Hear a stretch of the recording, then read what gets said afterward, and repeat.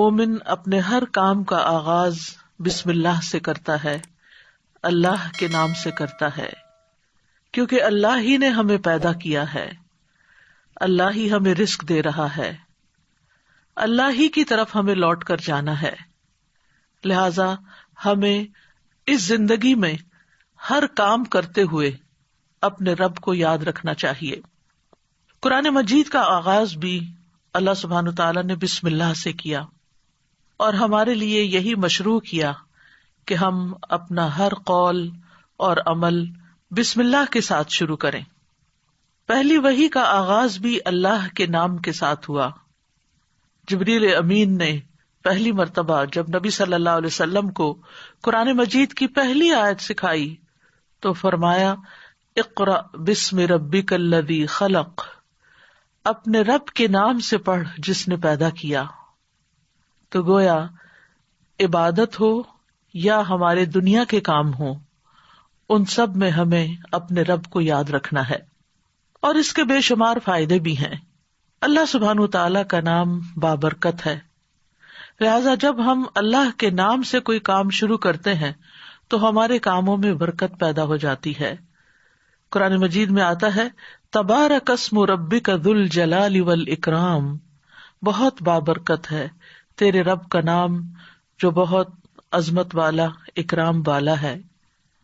جب ہم عبادت کرتے ہیں تو کہتے ہیں ایاک نعبد و ایاک نستعین، صرف تیری ہی ہم عبادت کرتے ہیں اور تجھی سے ہم مدد چاہتے ہیں، کیونکہ ہم کمزور ہیں، ہم اللہ کی عبادت کا حق ادا نہیں کر سکتے۔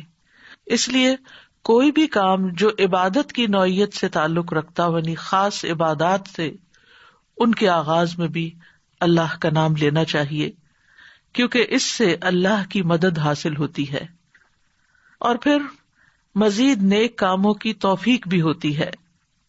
انسان برائی سے بچتا ہے، شیطان کے وار سے محفوظ رہتا ہے، کیونکہ اللہ تعالیٰ کی مدد، توفیق اور سپورٹ انسان کو حاصل ہو جاتی ہے، اور انسان کے اندر کوئی فخر اور غرور نہیں آتا۔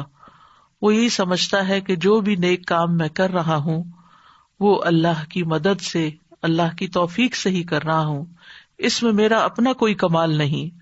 وما توفیقی الا باللہ، نہیں مجھے توفیق مگر اللہ کے نام کے ساتھ ہی۔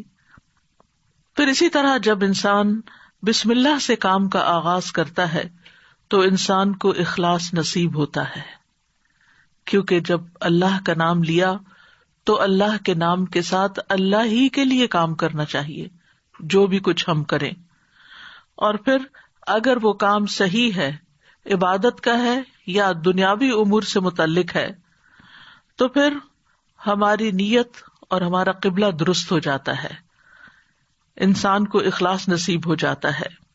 پھر اسی طرح یہ ہے کہ انسان جب اللہ کے نام کے ساتھ کوئی کام کرتا ہے تو اللہ کی نعمتوں کی یاد دہانی بھی ہوتی ہے۔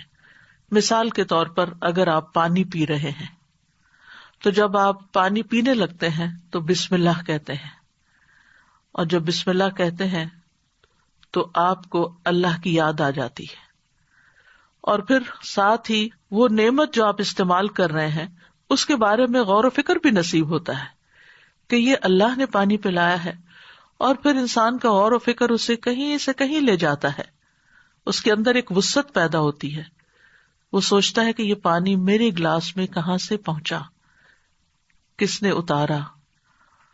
تو ظاہر ہے کہ پانی کا پیدا کرنے والا بھی اللہ ہے، اور تمام چیزوں کو اللہ سبحانہ تعالیٰ نے پانی سے پیدا کیا۔ ہم تک جو پانی پہنچتا ہے کچھ تو زمینی ذرائع سے اور بیسیکلی بارش کے ذریعے آتا ہے۔ بارش کیسے آتی ہے؟ سمندروں کا پانی بخارات کی شکل میں اوپر اٹھتا ہے اور پھر بادلوں کی شکل میں جہاں اللہ چاہتا ہے برساتا ہے۔ جب بادل برستے ہیں یا برف پڑتی ہے تو پہاڑوں کی چوٹیوں پر اور مختلف جگہوں پر یا تو پانی جم جاتا ہے یا پھر ندی نالوں کی شکل میں، دریاؤں کی شکل میں بہنے لگتا ہے، اور کچھ پانی رس کر زمین کے اندر چلا جاتا ہے، چشموں کی شکل اختیار کر لیتا ہے، اور پھر مختلف ذرائع سے ہوتے ہوتے وہ ہم تک پہنچتا ہے جسے ہم پیتے ہیں، اور جب پیتے ہیں تو پھر اللہ کا شکر ادا کرتے ہیں اور آخر میں الحمدللہ کہتے ہیں. لیکن اگر اتنے اہتمام کے ساتھ جو پانی میرے گلاس میں پہنچا اس کو میں نے اللہ کو یاد کیے بغیر، نعمت دینے والے کا نام لیے بغیر ہی پی لیا، تو اس سے بڑھ کر ناشکری کیا ہو سکتی ہے. پھر اسی طرح اگر انسان کھانا کھاتا ہے اور اللہ کا نام لیتا ہے تو وہ ضرور سوچتا ہے کہ کیا جو کچھ میں کھا رہا ہوں یہ اللہ کی مرضی کے مطابق بھی ہے یا نہیں، حلال ہے یا حرام ہے، اور پھر کس طریقے سے میں اس کو کھا رہا ہوں اور کس طریقے سے یہ مجھ تک پہنچا ہے، ان ساری چیزوں پر بھی غور و فکر ہونے لگتا ہے. تو گویا بسم اللہ پڑھنا بار بار انسان کو اللہ کی یاد دلاتا ہے اور اس طرح انسان اللہ کی اطاعت کی طرف مائل ہوتا ہے، اللہ کی دی ہوئی نعمتوں کو اللہ کی رضا میں استعمال کرتا ہے اور اللہ کو یاد کرتے ہوئے اللہ کا قرب حاصل کر لیتا ہے.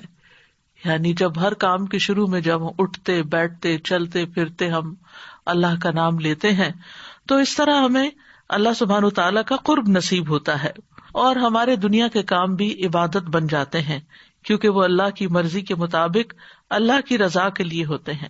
اور اس طرح دنیا میں بھی کاموں کے اندر برکت پیدا ہوتی ہے، سہولت پیدا ہوتی ہے، اللہ کی مدد شامل حال ہوتی ہے، اور آخرت میں بھی یہ عمل فائدہ دیتا ہے. اور انسان کے اندر کوئی تکبر و غرور پیدا نہیں ہوتا، وہ سوچتا ہے کہ جو کچھ مجھے ملا ہے یہ اللہ کا فضل ہے. پھر ہم دیکھتے ہیں کہ انبیاء کا طریقہ بھی یہی رہا ہے. نوح علیہ السلام کے بارے میں آتا ہے کہ جب وہ کشتی پر سوار ہوئے تو انہوں نے دعا پڑھی، اس کا آغاز بھی بسم اللہ سے کیا، بسم اللہ مجریہا و مرساہا. اسی طرح سلیمان علیہ السلام نے ملکہ سبا کو جو خط لکھا اس کے آغاز میں بھی بسم اللہ لکھا.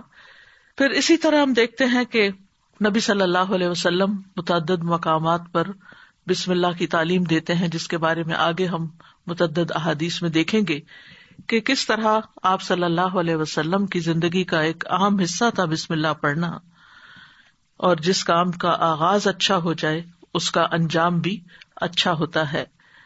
قرآن مجید کا آغاز بھی بسم اللہ کے ساتھ ہو رہا ہے، اور بسم اللہ قرآن مجید کی ایک مستقل آیت ہے. یعنی یہ کہ سورۃ الفاتحہ یہ کسی اور سورت میں داخل نہیں ہے، ہر سورت کے شروع میں اسے الگ آیت کے طور پر لکھا گیا ہے. اور اس میں ہم دیکھتے ہیں کہ سورۃ التوبہ جو ہے اس سے پہلے بسم اللہ نہیں ہے، کیونکہ بسم اللہ سے امان حاصل ہوتی ہے، اور سورۃ التوبہ کے شروع میں مشرکین کو امان سے نکالا جا رہا ہے، بری ذمہ کیا جا رہا ہے. تو بہرحال آغاز ہوتا ہے قرآن مجید کا بسم اللہ الرحمن الرحیم کے ساتھ، یعنی میں اللہ کی مدد طلب کرتے ہوئے اپنی قرات کو اللہ کے نام سے شروع کرتا ہوں. اور پھر اس میں اللہ سبحانہ وتعالیٰ کے نام اللہ کے علاوہ 2 صفات کا ذکر ہے. الرحمن، ایسی ذات جس کی رحمت تمام مخلوق پر چھائی ہوئی ہے، اور الرحیم، ایسی ذات جو مومنوں پر آخرت میں بھی رحم فرمائے گی. جہاں تک لفظ اللہ کا تعلق ہے تو اس کو اسم الجلالہ بھی کہتے ہیں. اللہ کی اصل الالہ ہے، اور لغت عرب میں الہ 4 معنوں پر بولا گیا ہے. نمبر 1 المعبود، جس کی عبادت کی جائے. نمبر 2 الملجا، جس کی پناہ لی جائے. نمبر 3 المفزوع الیہ، گھبراہٹ میں جس سے مدد حاصل کی جائے. نمبر 4 المحبوب، وہ محبوب جس کے ساتھ عظیم محبت ہو اور اس کے بارے میں عقلیں حیران ہو جائیں. تو اللہ کا لفظ اللہ سبحانہ تعالیٰ کا اسم ذات ہے، یعنی ذاتی نام ہے، سب ناموں سے عظیم اور اعلیٰ ہے. اور یہ جلیل القدر نام اللہ سبحانہ تعالیٰ کے جتنے بھی باقی نام ہیں وہ سب اسی نام کی طرف لوٹتے ہیں، یعنی وہ اللہ ہی کے نام اور اللہ ہی کی صفات ہیں.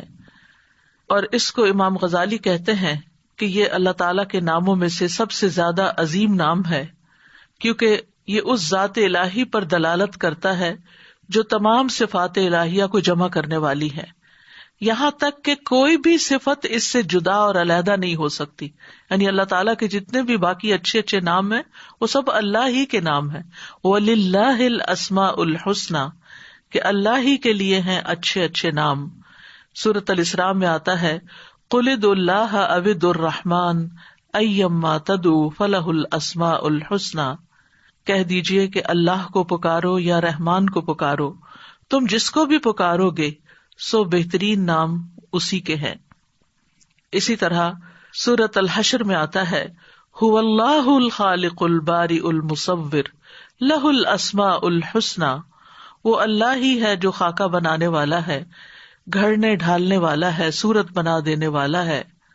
سب اچھے اچھے نام اسی کے ہیں. اسی کی تسبیح کر رہی ہے ہر وہ چیز جو آسمانوں اور زمین میں ہے، وہی سب پر غالب کمال حکمت والا ہے. تو اس لیے بہت ضروری ہے کہ جب ہم بسم اللہ مختلف مقامات پر کہتے ہیں تو ہمیں اللہ کی پہچان بھی ہونی چاہیے. اللہ سبحانہ وتعالیٰ کو پہچاننا بھی ضروری ہے، اور اس کی پہچان اس کی نشانیوں کے ساتھ بھی ہوتی ہے جو کائنات میں پھیلی ہوئی ہیں. اس کی پہچان اس کی کتاب کے ذریعے بھی ہوتی ہے، اور اس کی پہچان نبی صلی اللہ علیہ وسلم نے بھی کروائی ہے. لہذا اگر ہم اللہ تعالیٰ کو پہچانیں گے تو ہم صحیح طور پر پورے شعور کے ساتھ بسم اللہ ادا کریں گے. بلحجیم قبیلے کے ایک آدمی سے روایت ہے، وہ کہتے ہیں کہ میں نے پوچھا اللہ کے رسول آپ کن چیزوں کی دعوت دیتے ہیں؟ نبی صلی اللہ علیہ وسلم نے فرمایا میں اس اللہ کی طرف دعوت دیتا